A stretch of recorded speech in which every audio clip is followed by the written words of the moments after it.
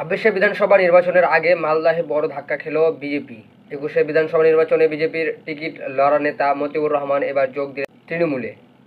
জানা যাচ্ছে, 2021 সালে বিধানসভা নির্বাচনে মালদাহের হরিচন্দ্রপুর থেকে বিজেপির প্রার্থী হিসাবে লড়েছিলেন মতিউর রহমান। সেই সময় কংগ্রেসের শক্ত ঘাঁটিতে বিজেপিকে ভোটের নিরিখে দ্বিতীয় স্থানে পৌঁছে দিতে গুরুত্বপূর্ণ ভূমিকা নিয়েছিলেন তিনি।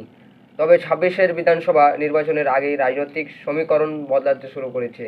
শনিবার কলকাতায় তৃণমূল ভবনে অনুষ্ঠিত আনুষ্ঠানিকভাবে তৃণমূল কংগ্রেসের যোগ দেন মালদাহের বিশিষ্ট ব্যবসায়ী সমাজসেবী মতিউর রহমান। এই যোগদানের কর্মসূচিতে উপস্থিত ছিলেন তৃণমূল শীর্ষ নেতা ব্রত বসু এবং সাংসদ নাদিমুল হক।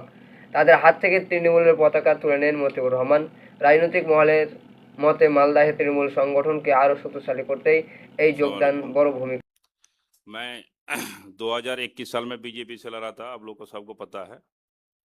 और बीजेपी छोड़ के इसलिए आया जब बीजेपी में वो तोड़ने का राजनीति कर रहा है, और इसलिए मैं छोड़ा बीजेपी।